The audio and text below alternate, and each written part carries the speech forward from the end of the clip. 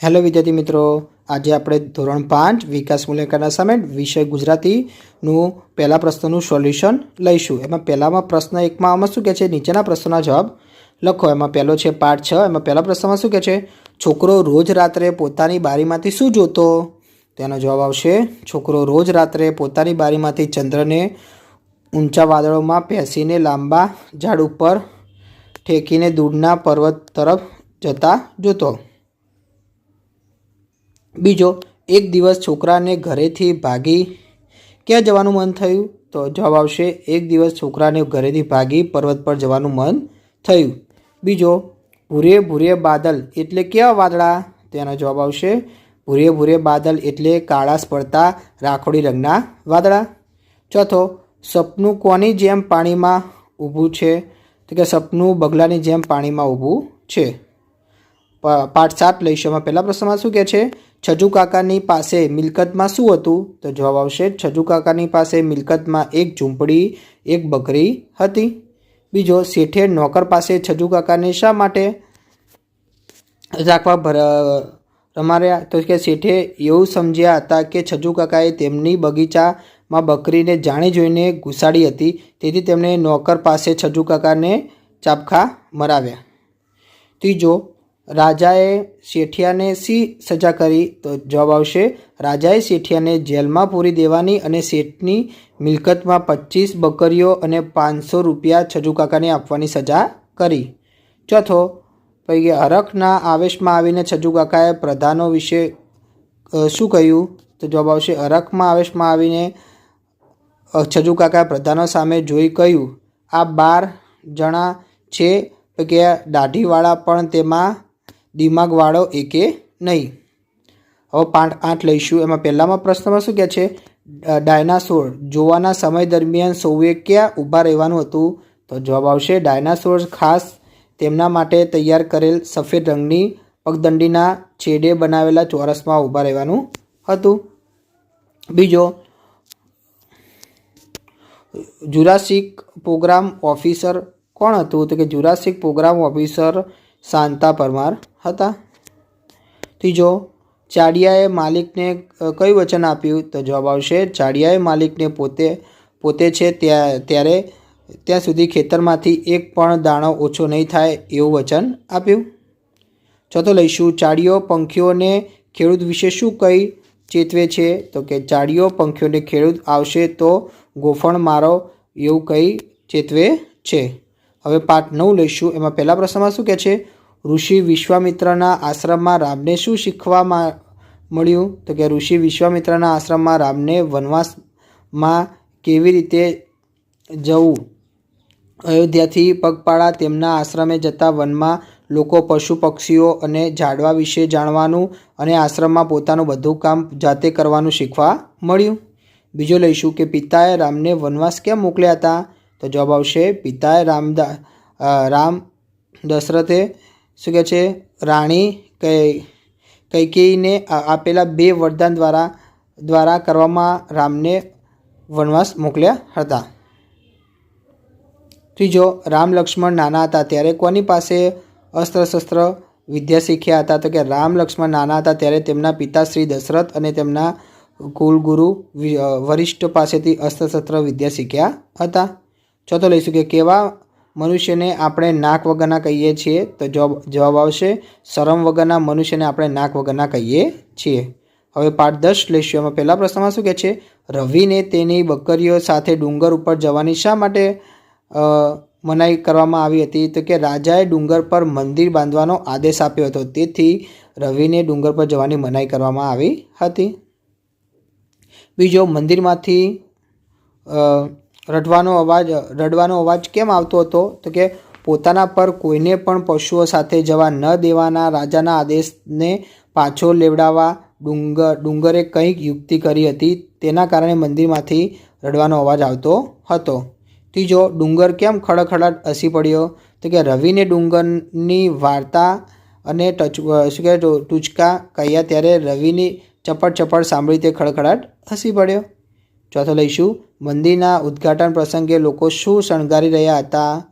શાનાથી? તો જવાબ આવશે મંદિરના ઉદ્ઘાટન સમયે લોકો ફૂલહારથી મંદિર, મંદિરની આસપાસનો ડુંગર, રસ્તો બધું શણગારી રહ્યા હતા. પ્રશ્ન પહેલાનો બ લઈશું. એમાં શું કહે છે? નીચેના પ્રશ્નોના 2-3 વાક્યમાં ઉત્તર લખો. આમાં પહેલો પાઠ 6 છે. એમાં પહેલા પ્રશ્નમાં શું કહે છે? પર્વત ઉપર ગયા પછી છોકરાને શાનું દુઃખ ન થયું? તો જવાબ આવશે પર્વત પર ગયા પછી છોકરો જે જોવા અને જાણવા માગતો હતો એવું ક્યાંય એવું ત્યાં નહોતું. હવે અચરજ દૂર કરવા માટે જવાની કોઈ જગ્યા ન હતી. આ વાતનું છોકરાને દુઃખ ન થયું. બીજો લઈશું. પર્વત પરના લોકોનું જીવન છોકરાના ગામના લોકો કરતાં જુદું હતું. તો કે તમને કઈ રીતે ખબર પડી? તો એનો જવાબ લખીશું આપણે. પર્વત પરના લોકોનું જીવન છોકરાના ગામના લોકો કરતાં જુદું ન હતું. શું કહે છે? જુદું ન હતું. ત્યાં પણ છોકરાના ગામની જેમ આસપાસ બીજા નાના નાના ગામ, દૂર દૂર બીજા પર્વત, નાના નાના ઘરની બારીઓમાં નાના છોકરા કરી ઘેરબારની વાતો કરતા કે માણસો આકાશમાં ઊંચે ચંદ્ર અને તારા હતા. ત્રીજો લઈશું કે પર્વત પર ચડવા જતાં છોકરાની હાલત કેવી થઈ?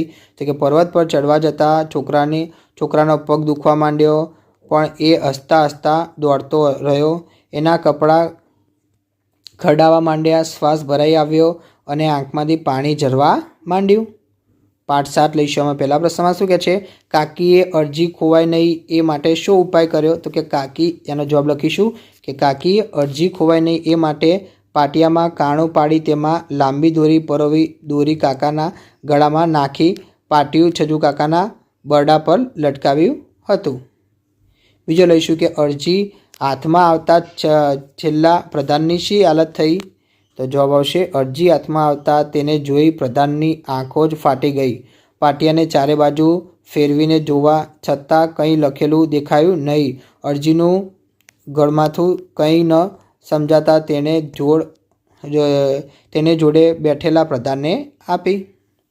ત્રીજો લઈશું. છજુ કાકા રાજાના દરબારમાં પહોંચ્યા એ સમયના રાજાના દરબારનું વર્ણન કરો. તેનો જવાબ આવશે છજુ કાકા રાજાના દરબારમાં પહોંચ્યા એ સમયે દરબારના રાજા સોનાના સિંહાસન પર બેઠા હતા. તે પૂરેપૂરા રાજવી પોશાકમાંને દબદબામાં હતા. રાજાની બાજુમાં એના 12 પ્રધાનો બેઠા હતા. પાઠ 8 લઈશું. પહેલા પ્રશ્નમાં શું કહે છે? TS1 ક્યાં જતું હતું? શા માટે? તો કે TS1 જુરાસિક યુગમાં જતું હતું કારણ કે દિગ્વિજયે પૈસાના જોરે તેના મુસાફરી કરવાની તક મેળવી લીધી હતી. તેને જુરાસિક યુગમાં જઈ ડાયનાસોર જોવાની ઈચ્છા હતી. બીજો, દિગ્વિજયે જંગલમાંથી પાછો આવ્યો ત્યારે તેની સ્થિતિ કેવી હતી? તો જવાબ આવશે દિગ્વિજય જંગલમાંથી પાછો આવ્યો ત્યારે હફળો દોડતો આવ્યો. તેની આંખો ડરથી સફેદ પૂણી જેવી થઈ ગઈ હતી. તેના કપડાં કાદવથી પરડાયેલા, બૂટ પર માટીના લોદા ચોંટેલા હતા. ત્રીજો લઈશું કે ચાડીઓ પોતાનો શાણો શા માટે ગણાવે છે? તો કે ચાડીઓ પંખીઓને માત્ર ઉડો બોલીને ઉડી જવાનું કહે છે. તેમને કંઈ નુકસાન પહોંચાડતો નથી અને ખેતરનો પાક બચાવે છે. તેથી ચાડીઓ પોતાને શાણો ગણાવે છે. ચોથો લઈશું. એમાં કહે છે ખેડૂતના જતાં જ ચાડીઓ પોતે શું કરશે એમ પંખીઓને કહે છે? તો જવાબ આવશે ખેડૂતના જતાં ચાડીઓ પોતે પંખીઓને બૂમ પાડીને બોલાવશે, ખોટી આંખો કાઢીને છુપાઈને અનાજના દાણા ખવડાવશે એમ કહે છે. પાઠ 9 લઈશું. આમાં પહેલા પ્રશ્નમાં શું કહે છે? સુપર્ણખા સીતાને કેમ મારી નાખવા માગતી હતી? તો જવાબ આવશે સુપર્ણખા સીતાને મારી નાખવા માગતી હતી કેમ કે રામ પોતે એક પત્ની વૃદ્ધ સાથે મારી નાખું તો પછી રામ મારી સાથે લગ્ન કરી શકશે. પછી જો લક્ષ્મણે સુપર્ણખા સાથે લગ્ન ન કરવા કયું કારણ આપ્યું? તો કે એનો જવાબ આવશે લક્ષ્મણે સુપર્ણખા સાથે લગ્ન ન કરવા યુક્તિથી કારણ આપી કહ્યું કે દેવી હું તો નોકર છું. જો નોકર સાથે લગ્ન કરશો તો નોકરાણી તો થશો, કે સ્વામી સાથે લગ્ન કરશો તો સાથે રાણી થશો. ત્રીજો, ચિત્રકૂટ નામના સ્થળ સાથે રામ લક્ષ્મણની કઈ વાત જોડાયેલી છે? તેનો જવાબ આવશે ચિત્રકૂટ નામના સ્થળ ભરત સમગ્ર પરિવાર સાથે આવી રામ લક્ષ્મણ અને સીતાને પાછા અયોધ્યા લઈ ગયા જ્યાં ખૂબ સમજાવે છે. રામ ભરત એકબીજાને ખૂબ લાગણી સંભર થઈને સમજાવે છે. રામ ભરતના મિલનની વાત ચિત્રકૂટ સાથે જોડાયેલી છે. હવે પાઠ 10 લઈશું. એમાં પહેલા પ્રશ્નમાં શું કહે છે? રવિનું મોં કેમ લટકી પડ્યું? તો જવાબ આવશે, રાજાએ આદેશ આપ્યો હતો કે ડુંગર પર મંદિર બંધાશે. પશુઓ લઈને ડુંગરદેવ પર કોઈથી જઈ શકશે નહીં. આ સાંભળી રવિનું મોં લટકી પડ્યું. બીજો લઈશું. રવિએ બીજી વાર પણ મંદિર ખુલ્લું નહીં મુકાય. એક કહ્યું ત્યારે તેના બાપુએ તેને શું કહ્યું? તો એનો જવાબ આવશે, રવિની બાએ કહ્યું, અને આવા શું દિવસો ખરાબ ન બોલાય. બધા લોકોની આસ્થા એમ ફગોટ ના જાય. રવિના બાપુએ કહ્યું, તમે માતાજી આવીને આવું જણાવી ગયા? તો કે આવું ફરીથી બોલીશ તો તારા ટાંટિયા ભાગી નાખીશ. ત્રીજો લઈશું. એમાં કહે છે, રાજાએ મંદિરની ઉદ્ઘાટન પ્રસંગ ઉજવવાનું કેમ ટાળ્યું? એનો જવાબ આવશે, કેમ કે મંદિરમાંથી કોઈના રડવાનો અવાજ આવ્યો. તેના કારણે લોકો આમ તેમ ભાગમ ભાગ કરવા લાગ્યા. પૂજા સ્થળે બધું અસ્તવ્યસ્ત થઈ ગયું હતું. વિદ્યાર્થી મિત્રો, તમને મારો વિડીયો ગમ્યો હોય તો ચેનલને લાઇક, ચેનલ સબસ્ક્રાઈબ કરવાનું ભૂલતા નહીં.